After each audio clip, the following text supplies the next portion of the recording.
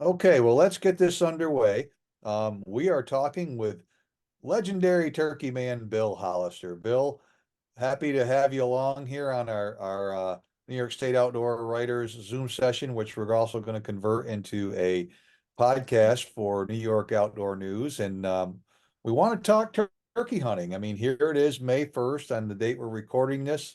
I presume that a few of us have been out this morning. I had a bittersweet morning, and that's a different story. But I want to start with you right from the get-go on some of the history that you can share, how you came to be a biologist at DEC and what you saw on the ground level of turkey restoration in this state and how that might have influenced you to start turkey hunting.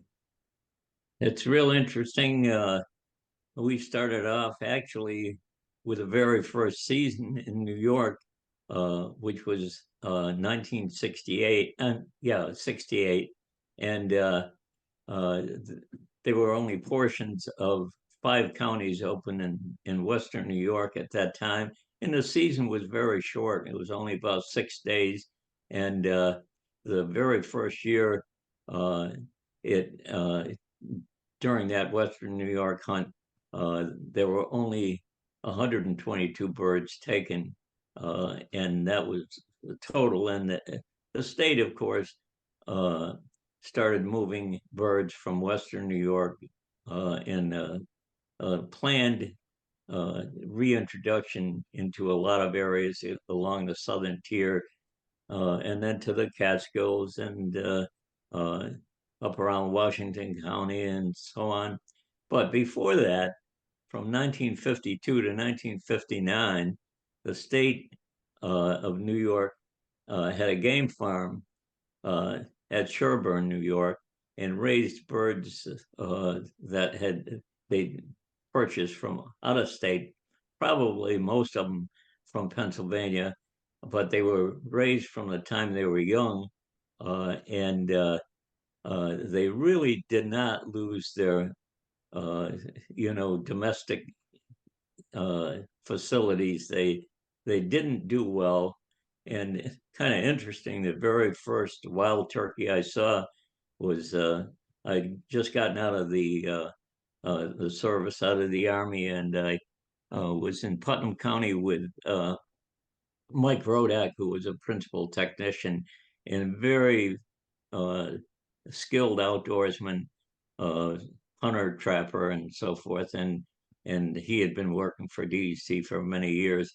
And he took me to a place down in Putnam County where he told me that every day a hen turkey flies into this chicken yard and feeds with the chickens. Well, it was one of the last game farm birds, and I don't know how much longer after that it survived, but most of those game farm birds did not survive. But New York started seeing birds moving into the southern tier, especially around Allegheny State Park. They were wild birds that had come from Pennsylvania, and Pennsylvania had a turkey game farm, but they never stocked game farm birds in their western New York and north western New York. And so these birds that were starting to show up in New York were truly wild birds. And in March of 1958, Fred Evans, principal technician from out in Region 9, made the first shot with cannon net, and this he was then experimenting to see if the cannon nets were going to work, and so they caught a bunch of birds, but they did not release them elsewhere. They left them all at the trap site. But the following winter, they started in really working at it and starting to trap birds and move birds. But in every case, when they trapped a number of birds that were baited in with corn and oats, when they trapped them, they got to net really quick because the birds, of course, tried to get out and so on. And they were able to take X number of birds for a transfer, and they left a good number of birds right where they were trapped in order to perpetuate the local population and not try to take everything out. And that system really, really worked. And they moved birds across the southern tier. And for years after that, more counties were opened up, including Delaware, Sullivan County, those Catskill areas opened up in 1972. And then my home county, Columbia County here, in 1974, we stocked 14 birds in Columbia County. And 4 years later, we had our first spring season, and 23 birds were taken. And of course, there was a one bird limit there for a number of years. And so everybody was pretty fortunate to take birds that first year. And in our county, there was 23 birds taken. And I have to say mine was one of them. But at any rate, then things began to open up as birds spread through natural movement. But the trap and transfer program was really the key to success of these birds. And New York State gave birds to wild trap transferred birds to 8 different states, and the Canadian province right above us there, not Quebec, but the one right next to it. New Not Brunswick, New no. Brunswick. Uh, I'll think of it, but it's the one Canadian province and 8 different states received birds from New York, and the success of wild trap and transfer, of course, has been heralded as probably one, at least in modern times, one of the most successful wildlife management moves ever. When they trapped Bill, how many males did they take per female? What was the ratio? I guess is what I'm asking. X amount of males, X amount of They females. they tried to get at least 1 or 2 adult toms with the hens, and of course there were more hens stocked in single stockings. There might be 15 or 20 birds, and so they tried to keep a ratio of at least 1 or 2 adult toms and some jakes, along with mostly hens, in order to have the best chance of reproduction after they made the move. And most of that, of course, was done in the wintertime. So you were working for DEC when the trap and transfer began. Were you on the ground level with some of that? Were you there for it? Were you I part of was, it? we did not start trapping in Region 3 until a number of years later. Most of the birds that were trapped were coming from Region 9, some from Region 7, uh, and they were moved in it. The transition was done in a regular scheduled basis in order to move the birds from Western New York along the southern tier. And there was a lot of pressure from the counties, especially in the Catskill, to get their birds moved up. They threatened, in some cases, the Sullivan County Federation threatened to buy birds, and they would be game farm birds from other states, and in order to get a population started. That was discouraged and, in fact, prohibited finally. But the Catskill got their birds in good time, and in 1972, the Catskill were opened up. And I was quite fortunate with two friends of mine, John Yankee, who was a technician in Region 3, and Glenn Cole, who was a biologist and later a wildlife management manager in that region. The three of us were really interested in turkey hunting. So we went out in the very first seasons in 1968 in Western New York and went out the first 4 years out there until we had hunting closer in the Catskills and Washington County and so forth. And so we got in on the ground floor, but I'll tell you, it was uh, a tough proposition to learn at that time. There were no videotapes. There were very, very uh, few people that really knew how to hunt turkeys. We met Colonel Dave Harbor, who for many years wrote for Sports Afield. He stayed in Allegheny State Park in a cabin not far from where we stayed. And he passed along some information, but a lot of the uh, turkey hunters in those early days would just say, well, just sit down or lay down and stroke your box calls 3 times and just wait. Well, there was a lot more to it than that. We found out, and we weren't too successful. John Yankee took the first bird, I think, in 69 uh, of the three of us. And then Glenn and I came on later, and we started taking birds on a regular basis. And then when I really got into it, I I went to the state of Virginia, usually in mid-April to hunt there, and uh, in those seasons, both spring and fall, I might take 7 or 8 birds a year, uh, uh, hunting New York and Massachusetts and Virginia, sometimes Vermont and so on. So it was a great time and a lot of wonderful experiences. And I must mention, there was a fellow in Allegheny State Park uh, a fellow named Red Clark, who was a ranger out there for many, many years.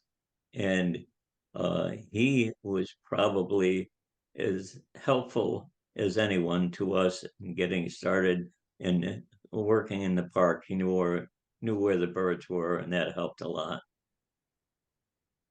When you started to hunt, was it the New York expansion, that got you interested in hunting? Or were you already hunting when Uh, that was starting to go down? no, I was interested in turkey hunting from I think the first time I saw birds. In fact, with Mike Rodak, and that was just a hen that was probably semi-domesticated because would come and feed with the chickens. But uh, it was interesting to watch that bird. Went there a couple times, and but uh, we read a lot at the time around. Uh, well, it'd be 68, 69, 70, 71.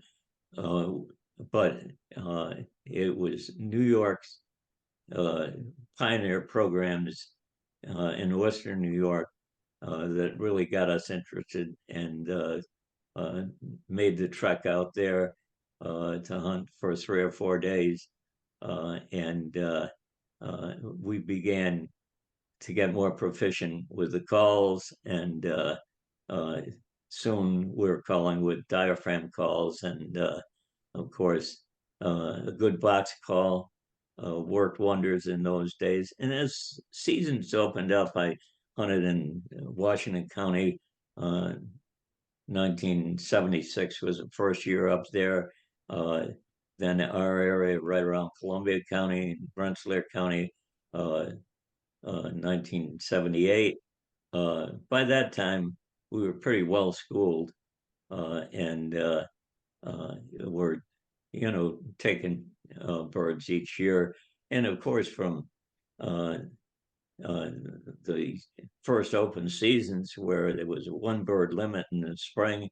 That was changed in 1982, uh, where hunters could take two birds, only one per day, which is, of course, still the case.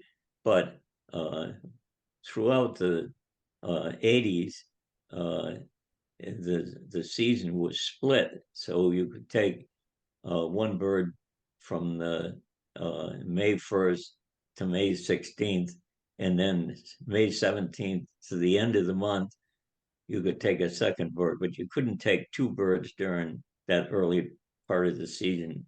It was split to give the opportunity for more people to go out and hunt turkeys. And so it for a long time, it was great having that split season, because I found over the years, and I say this to this day, that some of the biggest and best uh, hunts occurred from May 20th on, because most of the real dominant gobblers that had been henned up throughout much of the season, as the hens were going on a nest, these big dominant toms become more active, and people that hunt those last 10 days of the season oftentimes take the best birds they've ever taken, just because you're dealing with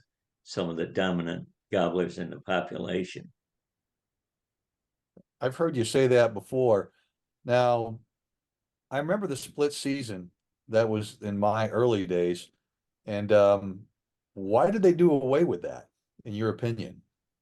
Well, uh, the feeling was there were sufficient enough birds, and enough people uh, became interested, so there was no need to continue splitting it up. That was given more for people to have the opportunities. In other words, the people with more expertise could kill their two birds early on, and there were fewer birds out there, having taken the two birds during the early part of the season. But as the populations increased and became well established, it became possible in the view of the department that you could take two birds, without the split,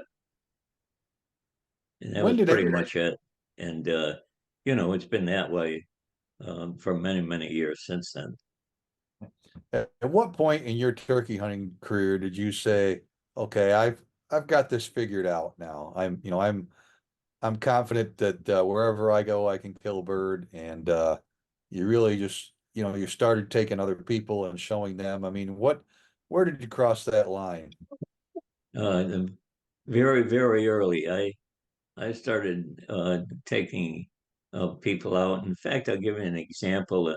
This fellow that I talked to today, a fellow named Dick Wood, uh, he called me up in 1980, and that was just our third season in our area. And he said, "Bill, you ever take anyone out?" And I said, "Yeah, sure." And so we made a date to go out uh, the next day or the day after, and uh, he had hunted for a couple of years and wasn't successful. So he we walked in the woods in a spot that he had heard birds before, and he said, "I usually go up on this pile of logs and owl hoot or call." And he said, "Don't have much success." So I climbed up on the pile of logs, and I uh, I owl hooted, and the bird answered right away. And so we set up, and I didn't call right away, but shortly after I set up, it was still quite dark. Uh, I made a couple tree calls, and the bird answered, and he came in like we had a string on him, and got right up behind a decoy. And he says to me, Bill, I can't shoot. And I said, shoot the damn decoy. And so he shot right through the decoy and killed the bird. That was his first bird. He's killed well over 100 since then. And he became very active with the National Wild Turkey Federation. And he chaired, I think, 14 banquets for the National Wild Turkey Federation in the Hudson Valley chapter, which he was starting up and being very active, and uh, he he's still a very active turkey hunter.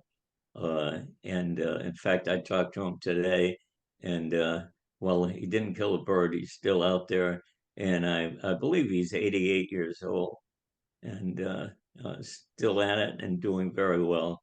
And I took a lot of people out after that, neighbors and friends, and of course Glenn Saper and I went out many times together and had numerous successful hunts, both in the spring and fall. And the first youth season in 2004, I believe it was, uh, I took a young fellow out, and he killed a bird the first day of a youth season, and went out with him the following year and did the same thing. And interesting how one of the young person, the fellow named Ryan Macker, I took out when he was about 14 or 15, and uh, in 2019 I called up his dad because I like to hunt on his dad's property. I called him up and asked him if it was all right if my nephew and I came over and did a little turkey hunting. And he says, yes. He says, but he says, Ryan's going to be home. He's working out near Syracuse. Going to be home. And I said, well, you think he'd be interested in going out? And he says, I'm sure he would. And sure enough, now he's 23, almost 10 years since the first time, couple of times I took him out, and called in a beautiful big gobbler, had a great hunt, and he uh, he shot that with the same 20 gauge 3-inch mag that he'd hunted with during his youth hunting days. So over the years, I can't think of the number of people that I've taken out, both youth and adult turkey hunters, including some of my neighbors. And I hunted a lot with uh, my nephew Matt Zulo, who's a very good deer and turkey hunter. And we've had some tremendous success in both Massachusetts and New York. Now, you've killed birds in Massachusetts and New York on the same morning, correct? Yes, as a matter of fact, in let's see, I have to think a little bit on this one. Uh, it was kind of interesting. I had hunted in Massachusetts with a friend of mine uh, that we started hunting when we were 15 in Massachusetts for small game and for deer, and hunted with this fellow uh, named Bob Fitch from Pittsfield, Mass, uh, for about 50 years. And he uh, we had hunted uh, together. He passed away in 2001, and interesting. Uh, we had planned on. I had planned on going to Massachusetts in 2002, and was going over there right near the beginning of their season, and I I got a call from my youngest son, Jimmy, and Jim called me and said, Dad, I saw a huge gobbler just before he went on roost. He said, this evening, you ought to go in there first thing in the morning. And I said, well, do you want to go? And he says, I can't go in the morning, but he said, go ahead. So I went in, and within about the first half hour, I killed a nice big gobbler. I think it was over 23 pounds, 12 ounces dress weight, really big bird. And so I headed back out and got to my truck, and my son drove up. It was a little after 6 o'clock, and he said, "Dad," he says, "you got a beauty there." He says, "What are you going to do now?" I says, "I'm going to run over to Massachusetts." And this was a spot I went to that I'd hunted for many years with my friend Bob Fitch. And so I went over to Massachusetts, and I was in the town of Richmond, not far over the Massachusetts line. And I drove up, parked, and I was still there. I got there probably 6:45 or so, and I walked in the woods and about 100 yards and gave my first call, and a bird answered immediately, just pure luck, you know. And he was close, and I sat down, gave a couple of calls with a box call, switched over to the diaphragm, and then uh, called, and uh, the bird came right in. So I had two birds, one in New York, one in Massachusetts, same morning within a couple hours of each other. It was great. And it was back to a spot that I'd hunted with my friend from Massachusetts for many, many years.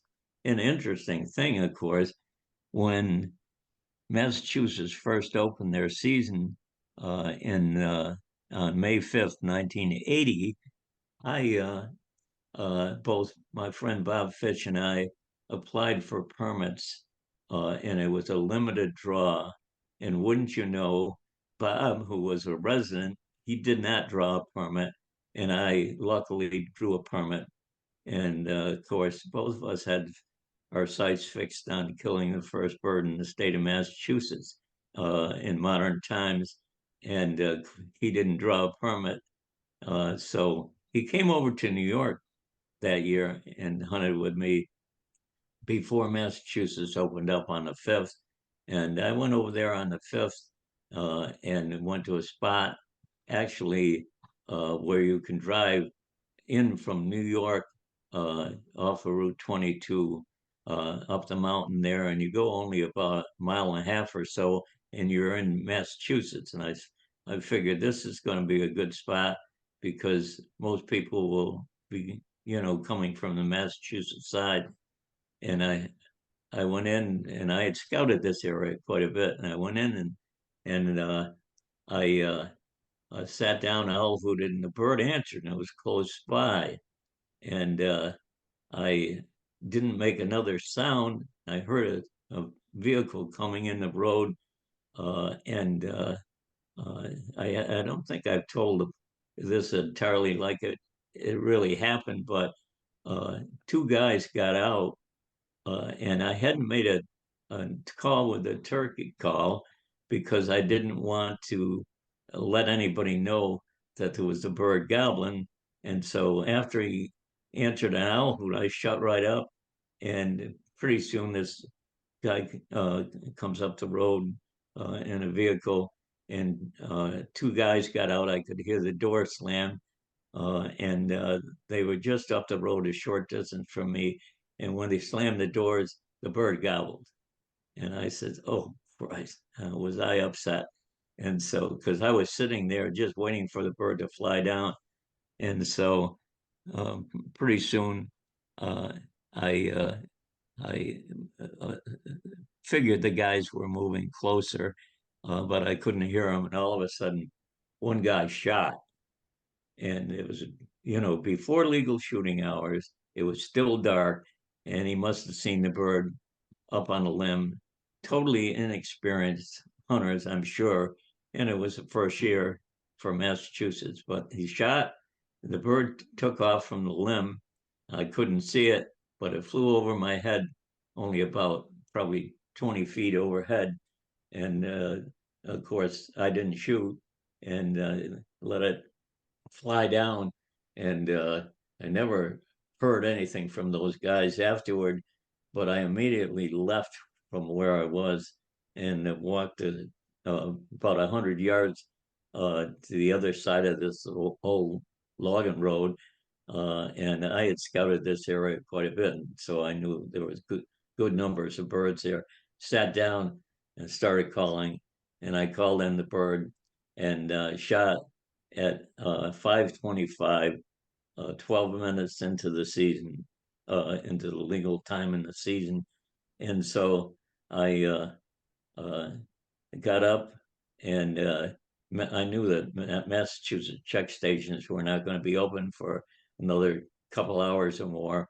So I went over to New York and hunted for a while, then went into Massachusetts and checked the bird in, and they recorded all the times on the birds that were taken, and my bird was taken at 5:25 on the opening day, and it turned out to be the first Massachusetts bird in modern times, and they that information got passed along to a young lady who I knew that worked in the PR section, and so she wrote an article about it uh, in the Massachusetts Fish and Game News, and they indicated that the first bird taken was taken by Bill Hollister, who lives in New York and is a biologist in New York, but still considers himself a Massachusetts man.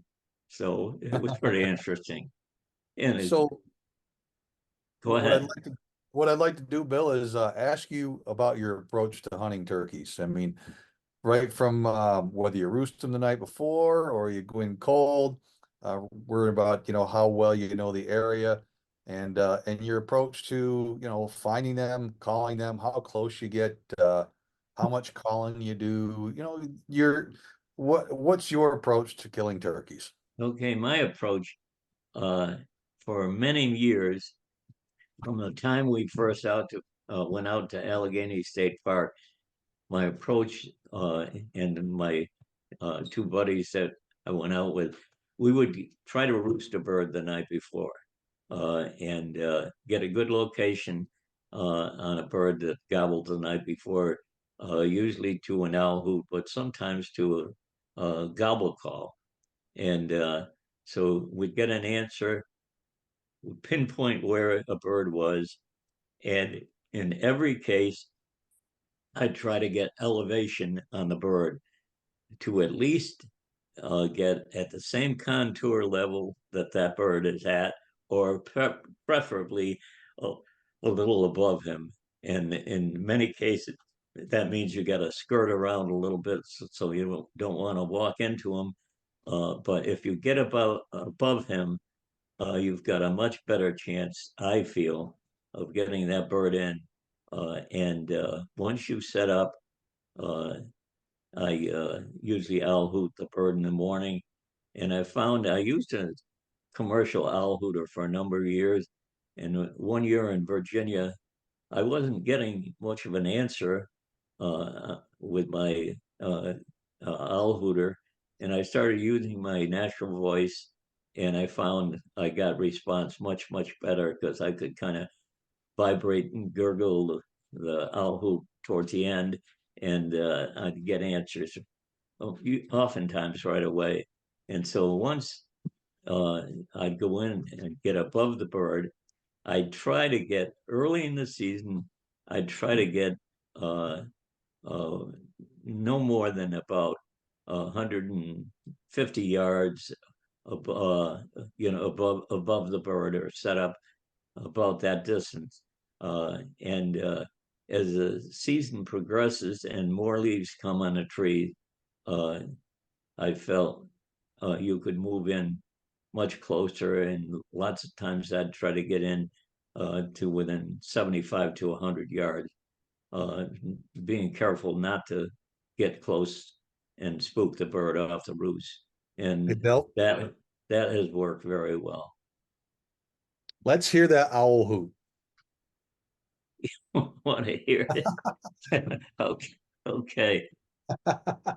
Usually you want to use the eight-noted sound, eight notes of a bowered owl, but I found lots of times you can cut that shorter to just four notes, and uh, just with my voice, and I haven't been practicing it all. I go, oh, oh, oh, oh, oh, oh, oh. Can't gargle up there like I used to. But anyway, it would work. It would work most every time.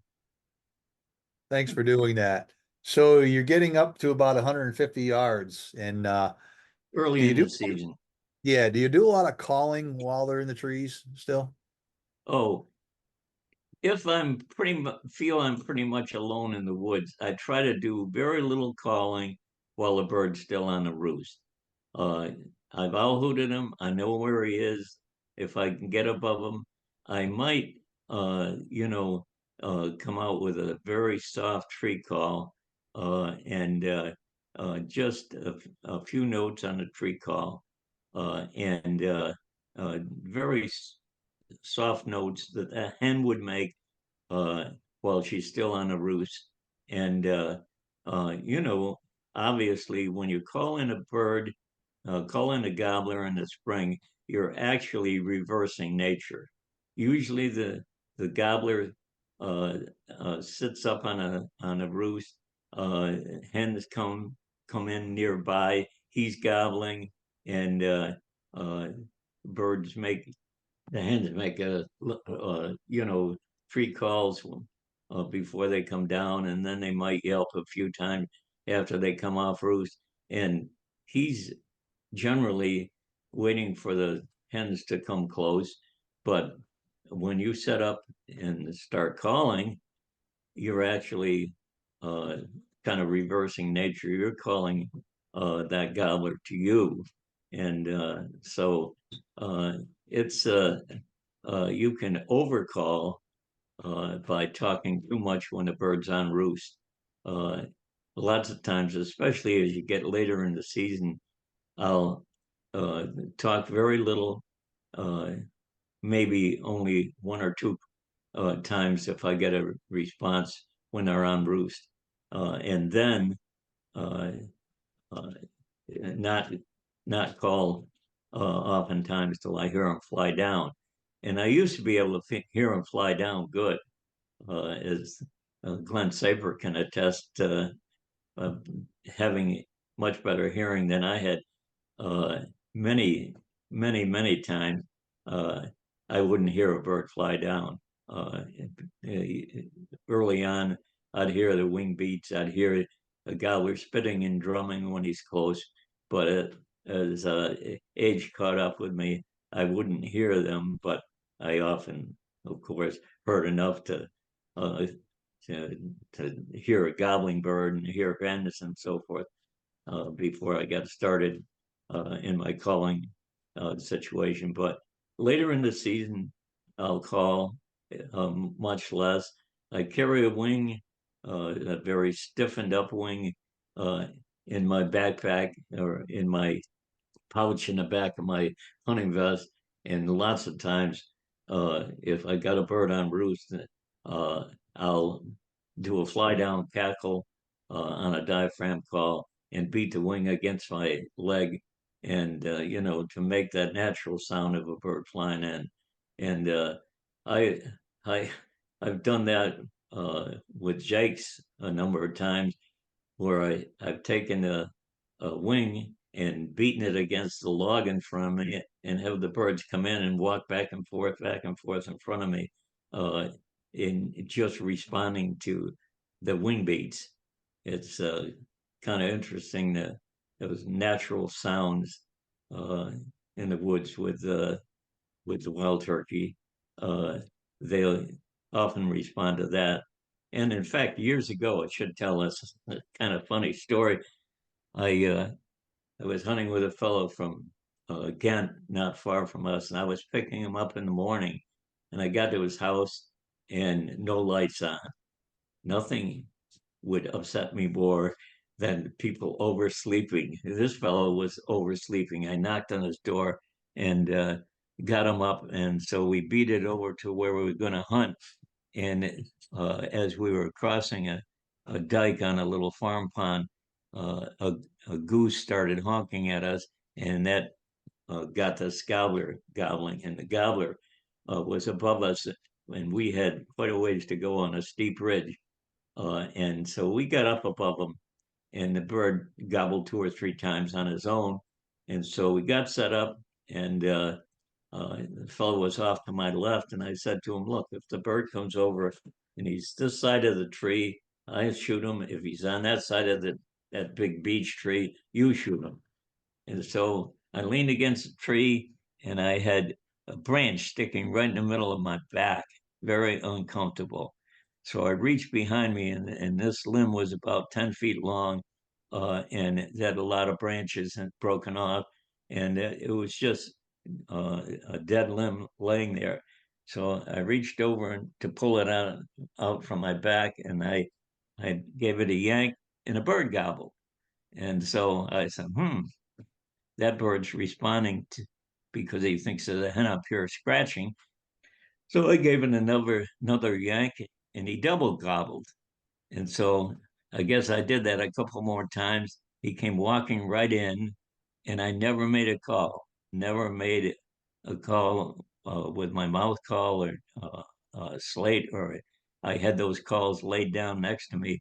But it's strictly the sound of that scratching in the leaves.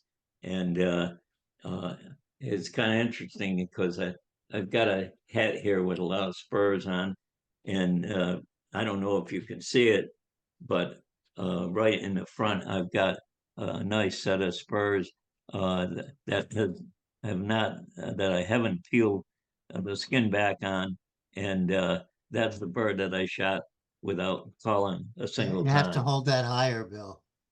Oh, We couldn't see that. Yeah, can you see There it it? is. even higher, Yeah, higher.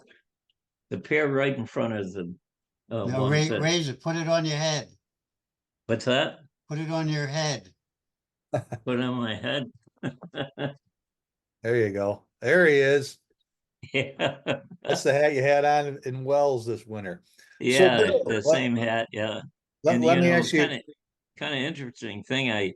I started saving some pretty good spurs back in the uh, early 80s. And at that time, I was going to Virginia and going to Massachusetts. And so I started saving the spurs, and then I decided to put them on a hat. But I, I'd take the skin, peel the skin off the bone, poke out the marrow uh, in the hollow leg, and uh, and then I'd boil the bone, just the bone part, and not the spur part. Boil it in a shallow pan with uh, let's see,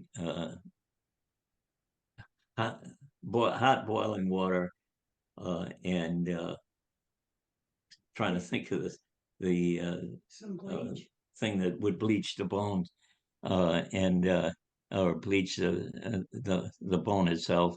And so I did a number of those, and I was doing a lot of seminars in the 80s and into the 90s, doing a lot of seminars. So I wear my spur hat, and it oftentimes brought a lot of interest.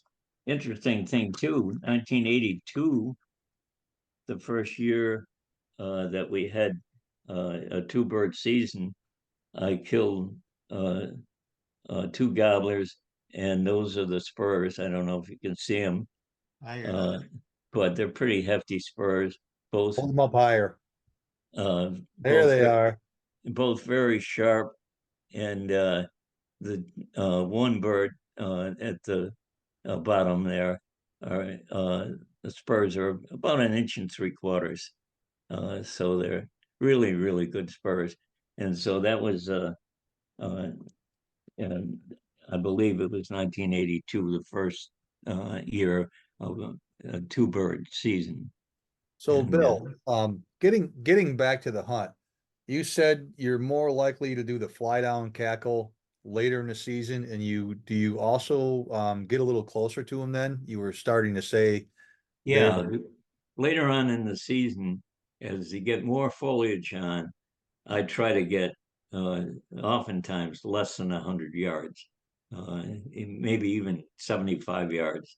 Uh, if I've got quite a bit of foliage in the trees, uh, because if you don't have to call them a long distance, it's obviously a lot easier. Although I've called birds that I figure were almost out of my hearing, and had them come, and it might take a half hour or more for them to get to you from a really long distance.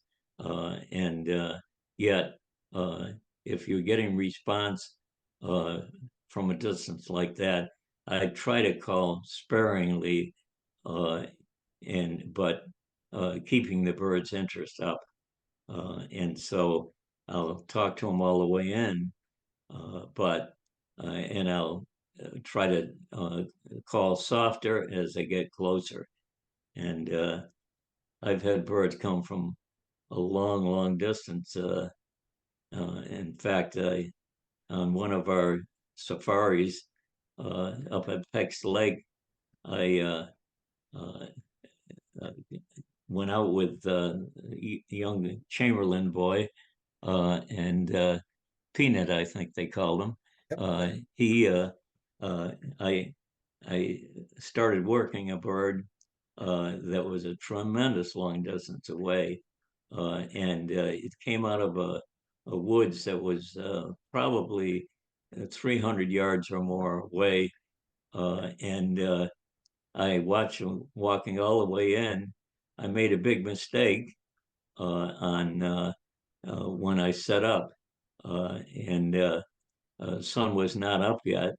And as the sun began climbing and peaking up, it was right behind my decoys.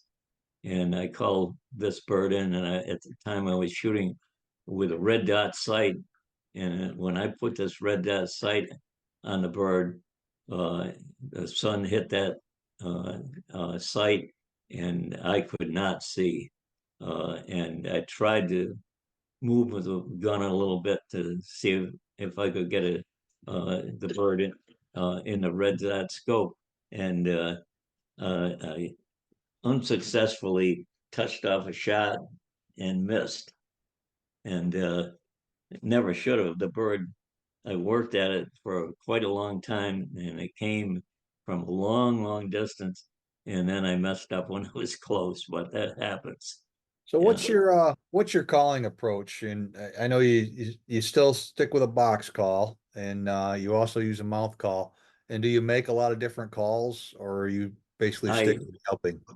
I with a box call, I usually, once the bird is on the ground, I usually will use a series of yelps, and uh, the uh, call that I've used for many, many years and probably uh, called a ton of birds in with is a Quaker Boy uh, mini boat paddle. And as it turns out, that's their best-selling call ever. And the one I use quite often is very high-pitched. Uh, and, it doesn't sound as, it doesn't have the vibration that some of the lower tone calls have, but it's very high-pitched, but the gobblers love it. And I've used that for many, many years, and I I swear by it as far as getting the birds started, and oftentimes all the way in. And do you make other calls besides yelps? I mean, do you do a lot of purrs or clucks or cucks? Yeah, I oftentimes well, And what do you do with that gobbler that's hung up at 80 yards that's not coming in? uh, try a number of things, and usually I'll I'll scratch in the leaves, behind me, and make as much natural sound as possible. Uh, I will call sparingly, and in other words, if I get an answer, I won't talk to the bird a lot. I'll try and tone it down, call softly, and either with soft yelps or just clucks. Uh, and I do most of my purring with a diaphragm call. I'm sorry, I do most of my purring with a slate call that I found D.D. Adams double slate, very good sounding call. And so I'll use that oftentimes for purring. Uh, Sometimes, you know, uh, especially in the fall, uh, I'll use a slate call and do fighting purrs. And oftentimes I've had gobblers come in uh, to what sounds like a fight. Sometimes my nephew sitting alongside of me, he'll do the same thing.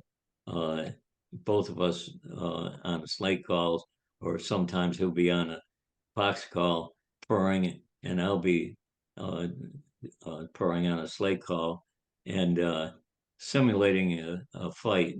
And we've had uh, gobblers in the fall come into that numerous times. In fact, we had 6 big gobblers come in one fall, and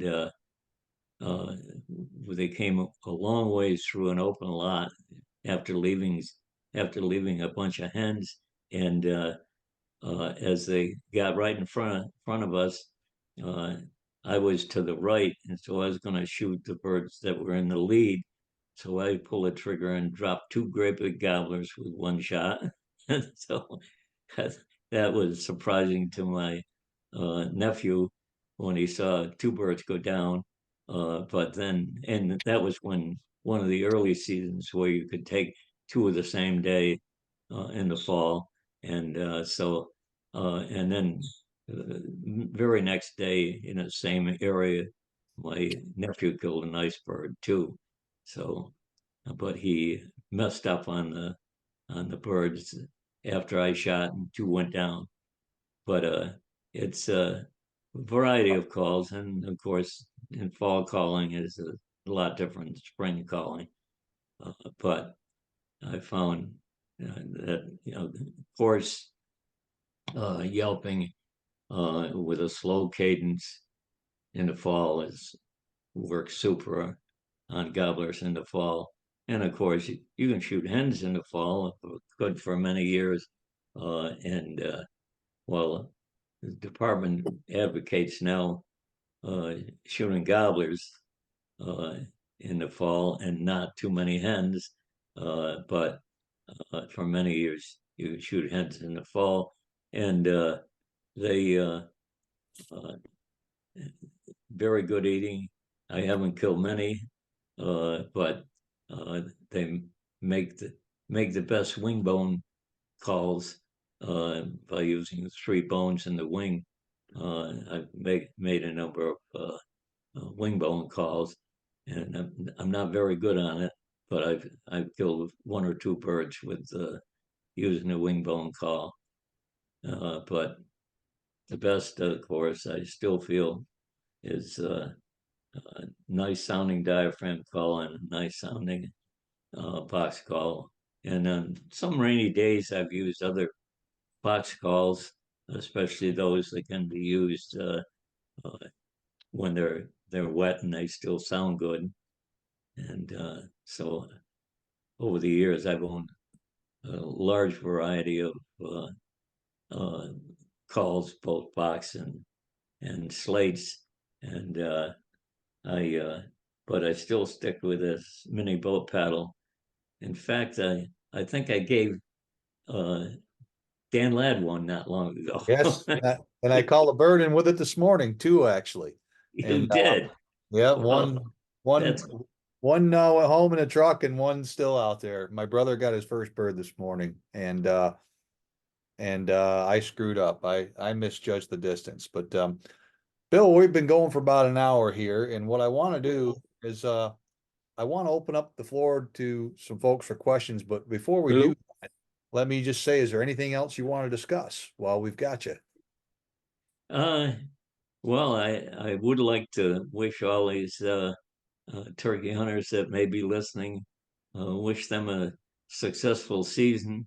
And I've talked with a number of people now that I haven't been out there scouting or hunting for the last few years. Uh, I've talked with a number of people who feel they're not seeing as many birds as they did in the past, and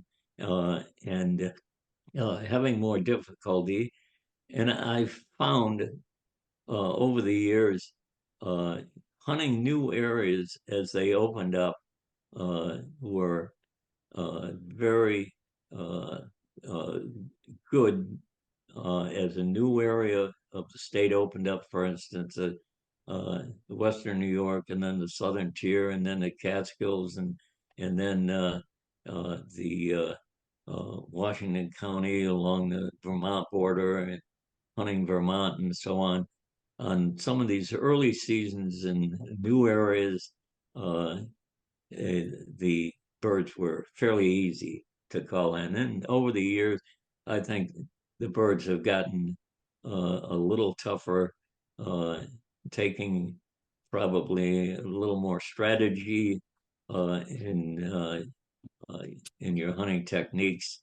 Uh, it it has gotten perhaps a little bit tougher now that the birds are well established, and especially when you're dealing late in the season with these mature dominant toms, uh, it's uh, it becomes tougher, but it's certainly very rewarding.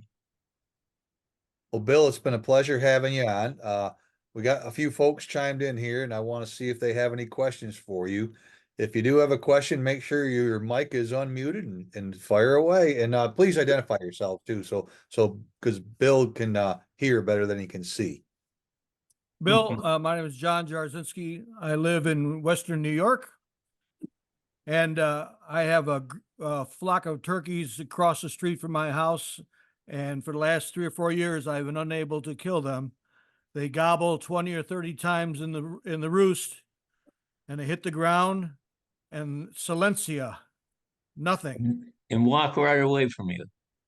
It certainly seems that way. It's pretty frustrating. So Yeah. I'm home before my wife even wakes up.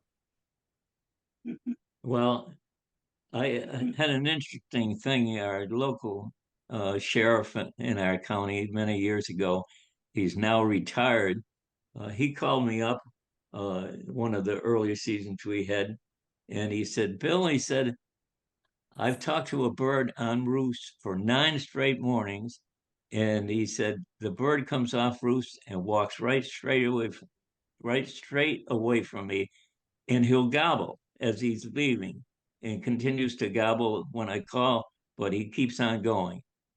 I said, well, I'll give you two suggestions. And the first one I won't bother going over, but the second one I said, look, I said, if does he when he leaves you, does he go through open hardwoods? And he said, yeah, but he gobbles like crazy on roost, and he answers everything I throw at him. And so I said, well, you're probably overcalling to start with, but uh, in any case, what I would do is get there before light, well before light, and owl hoot him. If he answers to owl hoot, you know where he is, try to pinpoint exactly where he is, and then uh, uh, get him a little stirred up, call a couple, 2 or 3 times, and get him to answer. And I said, and then shut up and loop around him. If he goes through open hardwoods, loop around him. You got to do this kind of quick, and you take a chance on busting him off the roost, but get around him and take one hen decoy, put it out in front of you, sit down, and don't call. And and uh, I said, I want to hear from you when you kill that bird. Well, 2 days later, he tried that. He said, Bill, The bird's 22 pounds. My first bird, over 10-inch beard. And he said, I did just what you said. I said, well, fortunately, if it's going through open hardwoods, that bird may be call shy and he's just walking away from you every day. But he did that one morning and he called me back and said, it's my first bird ever. It was during a very first season here in Columbia County. And he's taken many birds since then. So you don't always have to be the best caller in the county or the best caller in, uh, natural uh, movement of these birds over time have really uh, made them quite wary. 701. What's that? 701. Oh, How's that help you, John? Does anybody else have any questions for Bill? Is my phone on? Can you We can hear me? you. We can hear you. That's Bill Hiltz Jr. I'm in the middle of staining the deck. So if it looks like I'm moving around, it's because I'm rolling the deck right now with stain. But Bill, you had mentioned that Dick Kirby or Kirby Quaker Boy call. Was that from Dick Kirby? I think that particular call, I bought at some local sports shop many years ago, and from what I understand, it's their best seller, is mini boat paddle. But I got a call that Dick Kirby passed along to me when I retired. He sent it in to the department. Probably my secretary may have called him on it, and he sent me a beautiful boat paddle call that he signed and did quite a bit of artwork on it. He was very good with his artwork with India ink, and that's a call I really cherish. It's a great call, and I've got a number of calls. I judged in 2 U.S. Open turkey calling championships back in the 80s, and each of those, I have a call that was presented to all the judges, box call or slate call, and those were Quaker Boy calls also. And so I got a number of commemorative calls that I've acquired over the years, and some of them were given to me, and like the one from Dick Kirby, and I don't have a big collection of calls, but I've got some, and I've got some that are worth a lot of money. Hey, Bill. Yeah. This might be a question for the biologist in you, in combination of the hunter, but I'm going to take this morning as a prime example. I shot at a bird that I misjudged the distance on. I'm sure I put a pellet in him somewhere that he's a little sore. What would be your approach to trying to get near that bird again? Waiting a certain amount of time, or do you think he'll even come around again this season if he's okay? Or if you miss a bird or if you even wound a bird, what's your approach to going back to that spot where that bird was? And there was another bird with him too. There was 3 birds this morning. We killed one, shot at one, and the other one, got away unscathed. So I'm just asking for advice on going back to that spot. I think they become more wary with hunting pressure. Like you say, if I would wait a few days, like 3 or 4 days maybe, and go back. But I've killed birds that I had hit before, and I had one big gobbler come in behind me, and I got turned around and shot at him as he started to run, and I kind of hit him low and broke a couple tail feathers. The tail feathers didn't come out, but I shot low and kind of shot quick because he was starting to run, and I broke a couple tail feathers and hit him in one leg.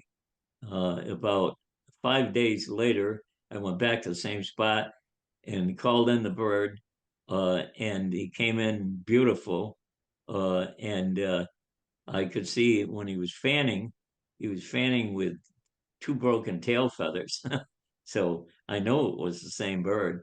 And he came in and didn't seem bothered by the fact that, he'd been shot at before. And so you can, you know, get the bird again. And I've had that happen where I might have gotten a shot quick and missed or shot over them. In fact, on an opening morning many years ago, I had put a fiber optic sight on the ramps on my shotgun, and the back ramp where it's set on a ramp was higher, and I missed two birds that morning, two gobblers that came in beautiful, and I shot over them. But I went back to that same spot about 3 days later and killed a bird, and then killed a second bird later on. So I don't think they've got a very good memory. They might become a little more cautious and wary, but they can be called in again. Great. Well, does anybody else have any questions for Bill? Well, Bill, it's been a pleasure talking with you tonight. I really appreciate you taking the time to do this with us. And it's been you're a wealth of knowledge, and I hope you enjoyed it. And I've enjoyed it very much, and I appreciate it. And uh, I would love to be out there with all you guys, but my eyesight just won't allow that. And I think the 2019 was the last year that I was able to see well enough. But in addition to that, I think I mentioned earlier that I had a young fellow that I took out in youth hunts when he was 14 or 15, right around there. And I called in a really big gobbler for him 2019. He was a landowner's son, and he's now 23 years old, or at that time 23. And he really appreciated it and brought back memories of our early hunts from years before. Great. Well, Bill, I'm going to bid you farewell here. We really appreciate you doing this with us again. We wish you the best. Judy, thank you for helping us with this. Yeah, With that very Oh much. yeah, I'll and get better at it. Keep this guy in line, all right? she's my techie assistant. Without her, many articles that I've written over the years, and without her knowledge and on the computer, my handwritten notes and narrative on yellow pads has been pretty much what I've done before she put it on the computer. So that's really appreciated. Great, great. Well, Bill, thank you again, and a good evening to you. And I will try to make good with that call you gave me. I promise. Okay. Good luck, Dan. Yeah, good luck. Yeah. Thanks, everybody. Have a great night. Yeah, you too. Okay. Thanks again. That was great.